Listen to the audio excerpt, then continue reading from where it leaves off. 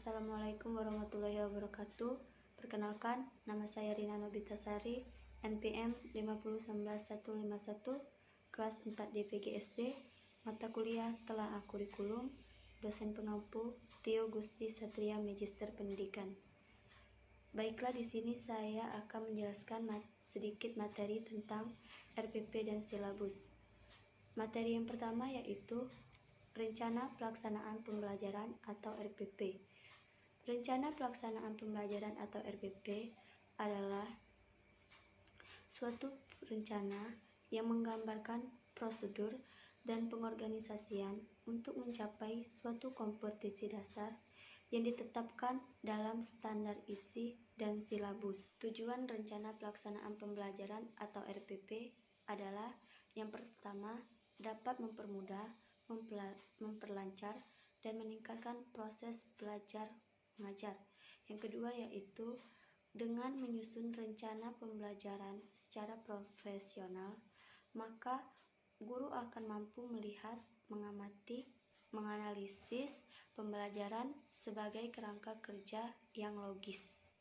Adapun fungsi Rencana Pelaksanaan Pembelajaran atau RPP adalah sebagai acuan bagi guru untuk melakukan kegiatan belajar mengajar atau agar lebih terarah dan efisien dan efektif. Langkah-langkah dalam menyusun rencana pelaksanaan pembelajaran. Yang pertama yaitu menuliskan identitas mata pelajaran. Yang kedua, menuliskan standar kompetensi.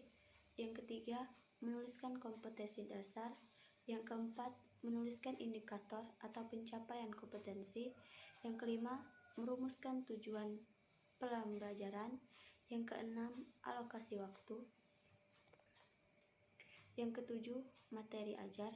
Yang kedelapan, menentukan metode pembelajaran. 9. Penilaian hasil belajar. Yang terakhir, menentukan media atau alat pembelajaran.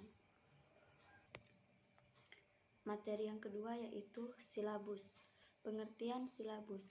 Silabus adalah rencana pembelajaran pada suatu atau kelompok mata pembelajaran tertentu yang mencakup standar kompetensi, kompetensi dasar, materi pokok, kegiatan pembelajaran, indikator pencapaian, kompetensi untuk penilaian, dan alokasi waktu. Materi yang kedua yaitu silabus. Pengertian silabus. Silabus adalah rencana pembelajaran pada suatu atau kelompok mata pembelajaran tertentu yang mencakup standar kompetensi, kompetensi dasar, materi pokok atau pembelajaran, kegiatan pembelajaran, indikator pencapaian nilai, alokasi waktu, dan sumber belajar. Langkah-langkah penyusunan silabus sama dengan langkah-langkah penyusunan rencana pelaksanaan pembelajaran atau RPP. Langkah-langkah penyusunan silabus yang pertama yaitu mengkaji standar kompetensi dan kompetensi dasar. Yang kedua, mengidentifikasi materi pokok atau pembelajaran. Yang ketiga, mengembangkan kegiatan pembelajaran. Yang keempat, merumuskan indikator pencapaian kompetensi indikator. Yang kelima, menentukan jenis penilaian. Yang keenam, menentukan alokasi waktu.